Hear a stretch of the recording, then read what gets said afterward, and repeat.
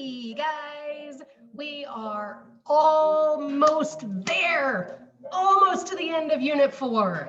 We are on post-World War I social changes.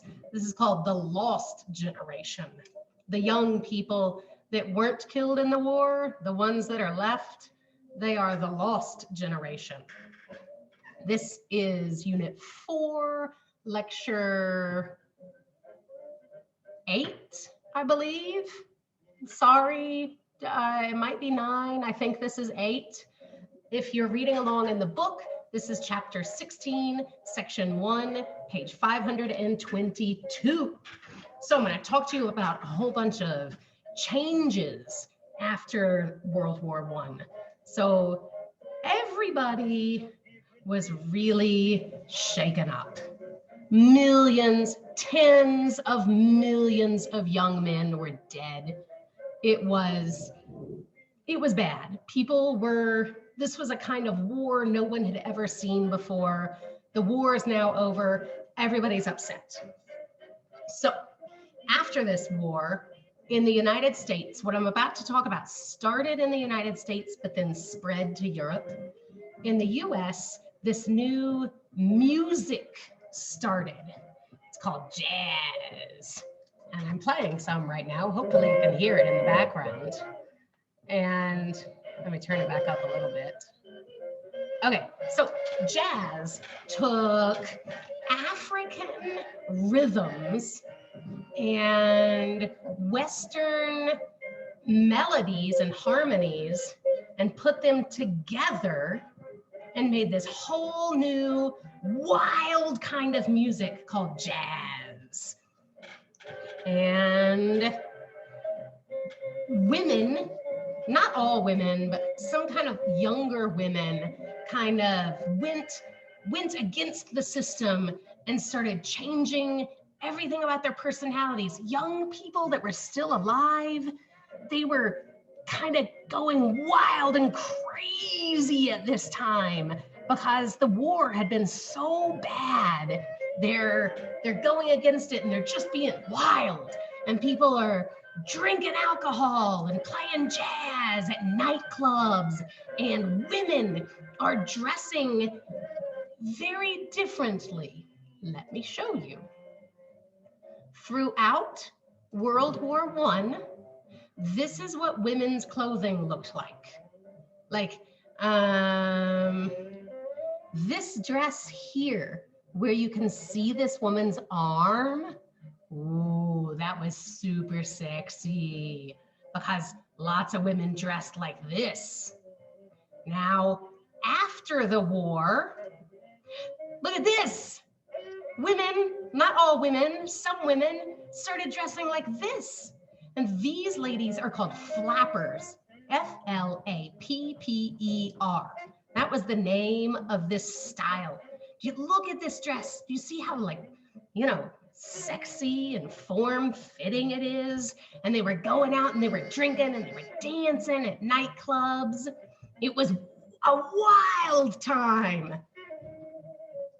So, where's my whiteboard? Okay, jazz, flappers, and this wild time is called, that's T-H-E, the Roaring 20s. During the Roaring 20s, it was the complete opposite of death and destruction and war. It was lively parties every night, going out to bars, having a good time, dancing, women wearing short skirts and sleeveless dresses and looking sexy. So there was this great big change. And what happens every time there's a great big progressive change in society? There's conservative pullback. So all the conservatives were like, oh, we can't be doing that. And people can't be drinking alcohol. Alcohol makes people do bad things. And women showing off their shoulders. We can't have that. So there was this big conservative movement, which were mostly, well, they were all Christians, mostly Christian fundamentalist. Fundamentalist. A fundamentalist is someone that takes the words of the Bible absolutely literally. They don't read it like we might read a poem in literature class and see things as symbols and representation and interpret what the author meant. No, they quite literally, word for word, believe exactly what the Bible says. That's what a fundamentalist is. And these guys were super conservative. And there was this, at the same time that the roaring 20s was happening, there was also a growing conservative movement that was disgusted by the flappers and the jazz scene and all these people going out and having fun. How dare people have fun? And they were trying to steer the country in a direction to be more conservative and more wholesome. And this movement, this conservative movement, had been going for a while, but in 1919, they finally got enough support to get the 18th Amendment. Amendment means change. The 18th change to the US Constitution. And it made alcohol illegal. Alcohol. In the entire United States of America, alcohol was made illegal. And that time was called Prohibition. Prohibition was started with the 18th Amendment in 1919, and it made alcohol in the entire United States of America illegal. But you guys are some pretty smart kids. If while this whole thing was going on, alcohol is made illegal, do you think everyone in the United States just said, okay, we'll stop going out to bars at night and we'll stop dancing and we'll stop going to parties and having fun because we can't drink alcohol? No. What happened was a huge boom in crime. Huge boom. This means growth, a huge boom in organized crime. Organized crime, this is gangsters. If you commit a crime all on your own, you didn't have to organize with anyone else. If you're getting together as a group to commit a crime, that's organized crime. And there was a huge growth in organized crime because people were illegally making alcohol and then illegally transporting it from one place to another, illegally selling it to someone, illegally buying it, and then finally in the end, illegally drinking it. And it was everywhere. All the bars stayed open, the clubs stayed open, but there was, no, you know what? Scratch that. The bars and the clubs did not stay open how they were before. What happened was these places called speakeasies came about. Speakeasies are so cool. A speakeasy is a hidden bar or club.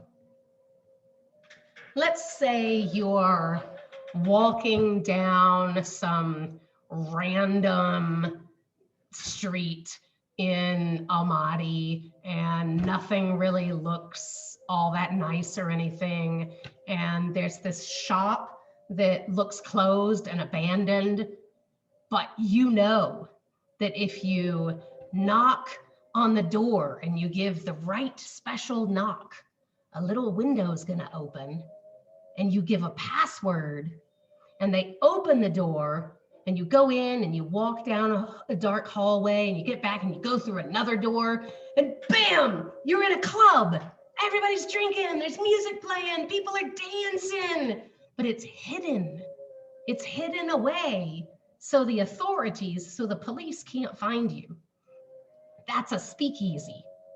So crime, organized crime, to help get alcohol to everyone that wanted it, and speakeasies became a really big thing in the 1920s in the US.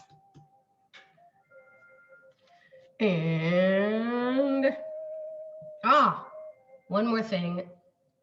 Another part of this big fundamentalist movement, the Christian conservative fundamentalist movement, was anti-science. I don't need to bore you too much with religion talk, but in Christianity, the way human beings were made is there were the first 7 days the earth existed. God made some land, and then God made light, and then God made the animals, and then God made the plants, and then God made man. And then the next day, God made woman. And so the fundamentalists literally believe every word of this. It absolutely, literally happened exactly how it's written in the Bible. But along comes science and evolution, and the scientists now are saying, well, I mean, that's a nice story and all, but it's not really how it happened. Like, that's not really where humans come from. And the Christians were so mad about this. They were angry because the scientists were telling them that their religion wasn't exactly literally true. And they started making laws against teaching evolution. And in the state of Tennessee,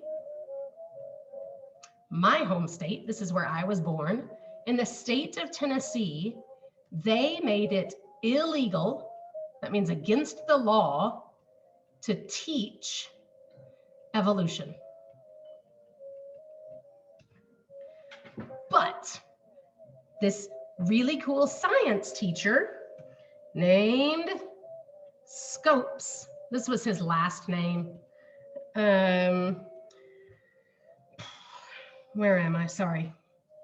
I mean, his first name is John, but John T. Scopes, but everybody just knows him by his last name. It would be like Mr. Scopes. Scopes was a science teacher, and he did civil disobedience.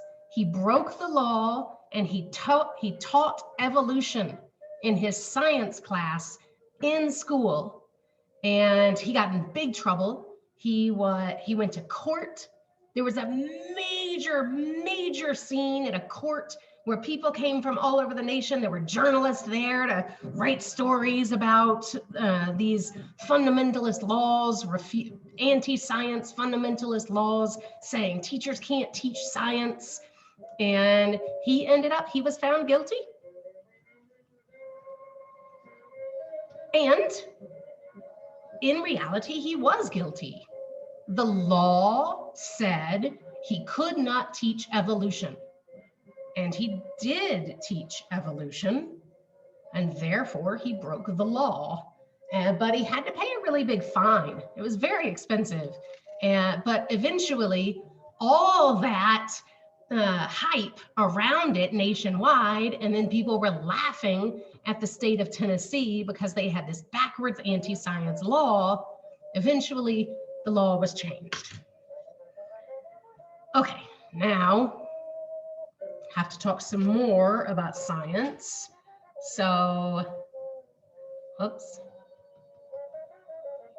Einstein, hopefully you've all heard this name, Einstein, very famous scientist. He comes up with his theory of relativity. And the theory of relativity, you've probably all heard of this before. Maybe you don't understand it or even have any idea what it's about, but maybe you've heard of Einstein and his theory of relativity. It's really, really high level science that a lot of just everyday general people can't really understand. And when people can't understand something, they often rebel against it. I'm going to explain to you not the theory of relativity, but I'm going to explain to you what relativity is, and then a tiny little bit about the theory of relativity. So relativity. Mrs. Given's class is difficult. So based on your, and I'm talking to you as an individual, not you as a class, you that's listening to me right now, talking to you. Your opinion of this statement is based on your personal experiences all the way up until this point in life. If you've mostly had really easy classes in the past, then you might think this is a true statement, that my class is difficult. But if you've mostly had really challenging, difficult classes in the past, then you're gonna disagree with this and you're gonna say this is a false statement. And that's because this statement, the answer to this is relative. It's relative. It depends on your personal experiences. So where I've been living for the past 3 years, it is between 32 and 36 degrees all day, every single day, all the time. So for someone that lives here, 28 degrees is freezing cold.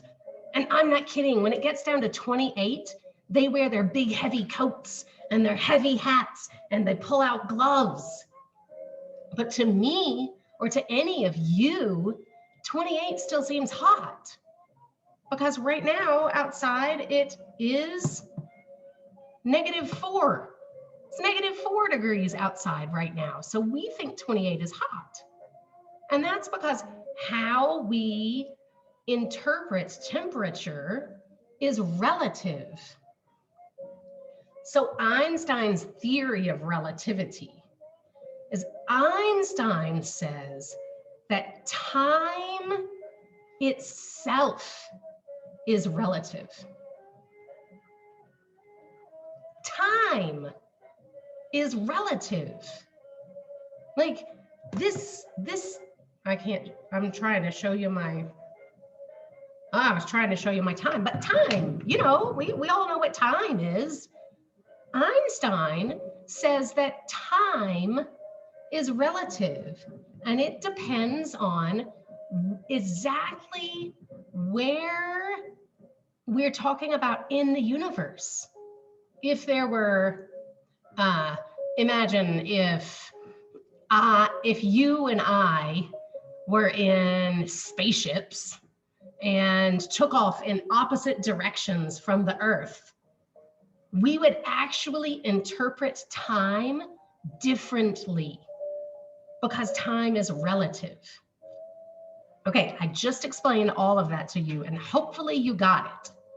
but the everyday regular person out on the street that doesn't understand anything about science and doesn't have Mrs. Gibbons, the coolest teacher on earth, to explain to you how relativity works so simply. They only hear some fancy scientist explaining this theory in big sciencey words, and they don't understand any of it. And because they don't understand any of it, they fear it, and then it makes them angry. And they say, that's dumb. And they just go straight back to their Bible, because the Bible is easy. The Bible is easy. The Bible is simple. I read this. It's literally true. And why I'm saying all of this is because during this time, there really was a very strong anti-science movement in the United States, because science was progressing so quickly and the everyday people couldn't keep up with it. And they were afraid of it. And so they just started being absolutely against it. Okay. Famous scientist named Marie Curie. Ladies, this is a woman, famous scientist. They're not all men. Marie Curie noticed when she looked really close at some atoms, you have to pretend this is an atom, that sometimes a tiny little particle out of an atom just flew out of it. Well, that is uranium and radium. Hopefully you guys have had enough science classes to recognize that these are two elements. Well, Marie Curie discovered these elements, and she discovered that right out of the atom itself, sometimes particles flew out.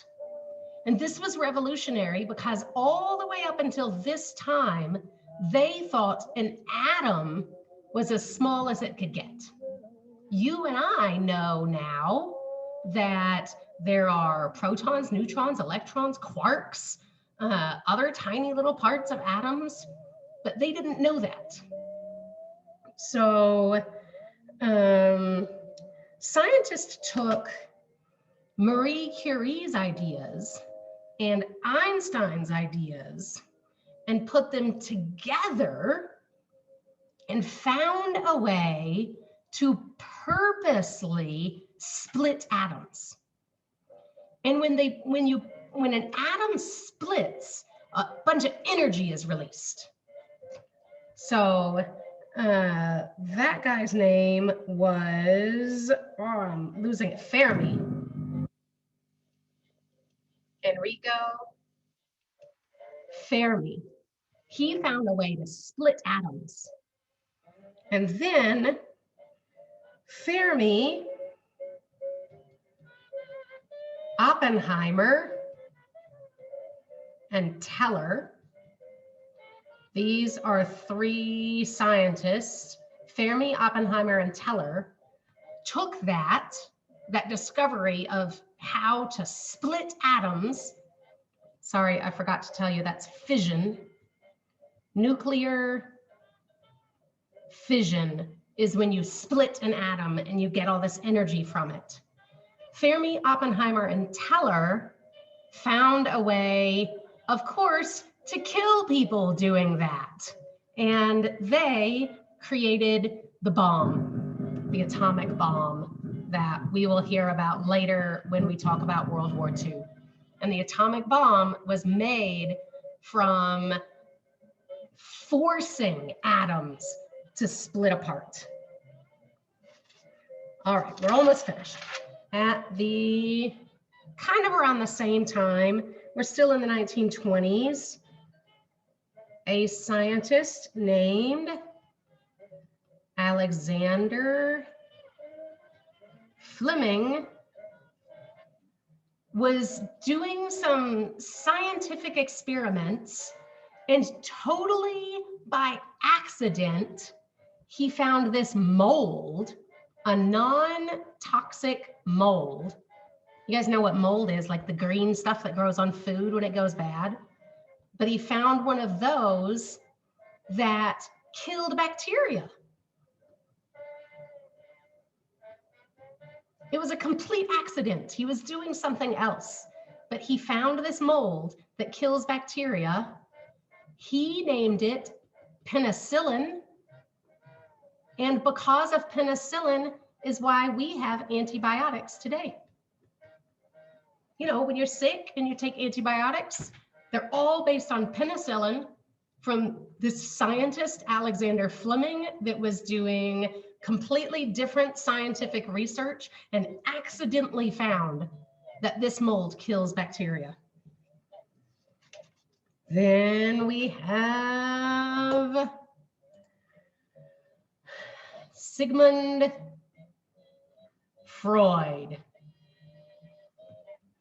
Sigmund Freud was a scientist, and he thought that all actions that human beings do are based on subconscious thinking. If your, I don't know, mother did something mean to you once when you were 2 years old, and that's stuck in your head somewhere, then now you're always mean to women. That was just my quick little idea. And Sigmund Freud started this psychoanalysis. And he would ask people questions about their past, and he would listen to them talk, and he would tell them, like, well, why you're having these problems in your life is because of something. And Freud came up with all these ideas about why people do the things we do and what causes our behaviors. Almost everything Sigmund Freud said has now been proved wrong. Nobody really believes the stuff that Freud believed at that time, but he did begin the movement of psychoanalysis. Like, if any of you have ever had a therapist or a psychologist or a psychiatrist, or if you know anyone that's ever been to a therapist, that whole movement, all of that was begun by Freud. They've moved way past it. Nobody, I really have to make sure you know, nobody really practices mental health care today like Freud did. Everybody knows it was all wrong. But an entire movement of mental health care developed from Freud. And now we've got art. We're gonna move on to art. Okay, I'm gonna give you guys a whole bunch of names of artists. I know you don't wanna memorize names, but why it's important is because these names that I'm about to talk about, they are worldwide the most famous names of artists ever. You're gonna hear about these artists for the rest of your life. So remember, let's kind of go back to the flapper movement in jazz and why did that happen? It happened because people were so bummed and so freaked out by the war.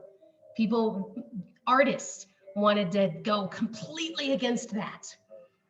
So there was a major movement against realism.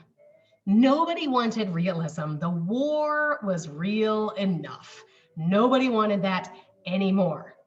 So this artist named Matisse started doing like wild and crazy, like sort of realism, but with like wild, bright colors and big, bold stripes in his paintings. And nobody liked it. And the critics trash talked him, said his art was awful. Well, today in 2020, he's one of the most famous artists ever. His movement was called Fauvism. Yeah, Fauvism. Matisse and Fauvism.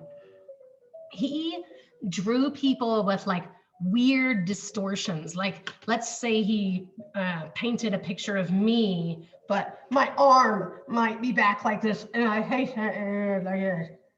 And that was the painting that he would do. And so people really didn't like it. Then this Spanish artist,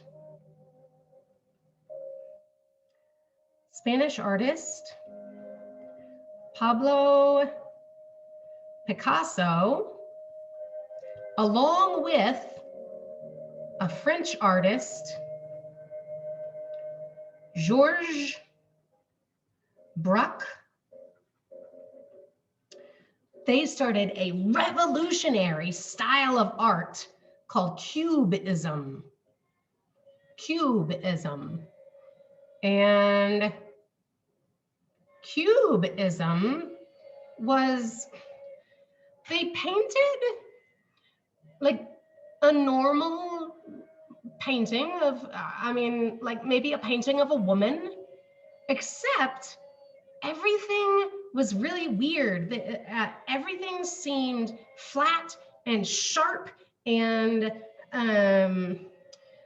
with like boxes. Like maybe my head wouldn't be round, my head would be a perfect square.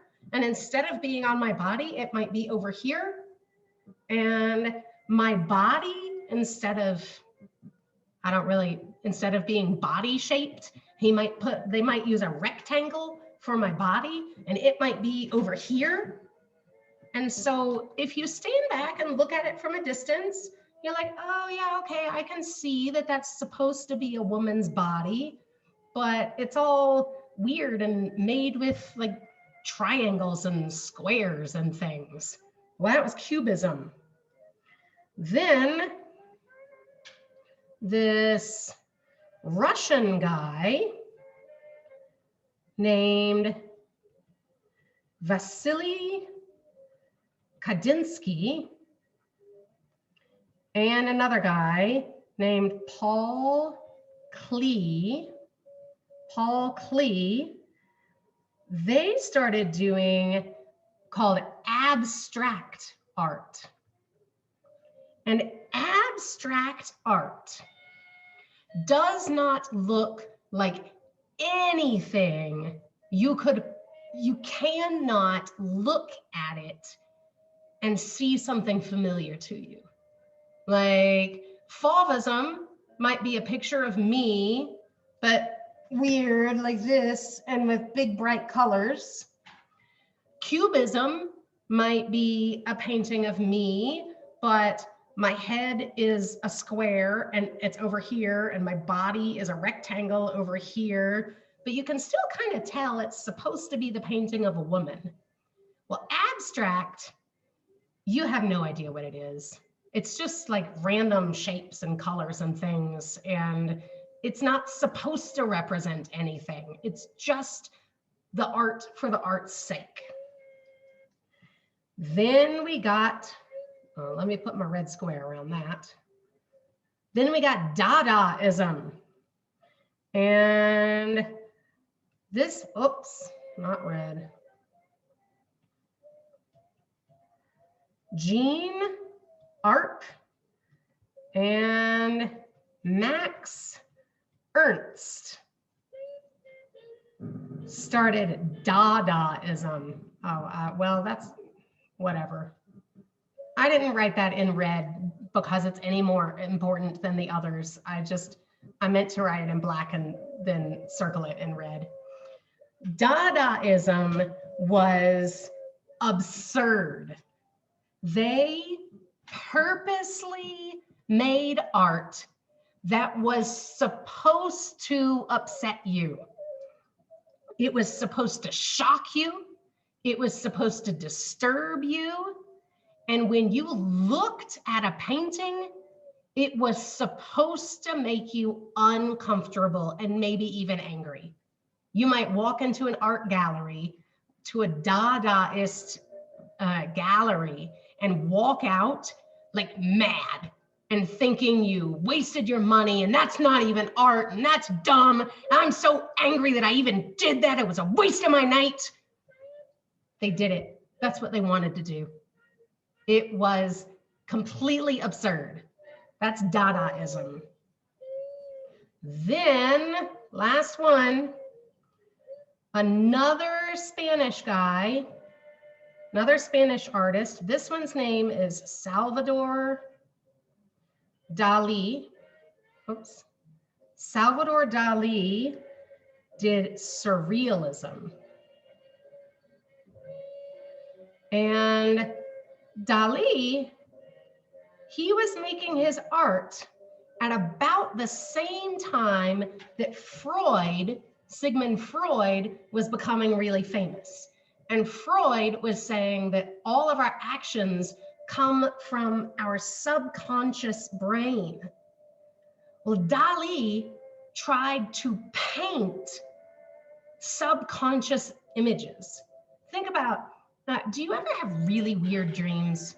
And I mean like really, really weird dreams, like things that would never, ever, ever actually happen.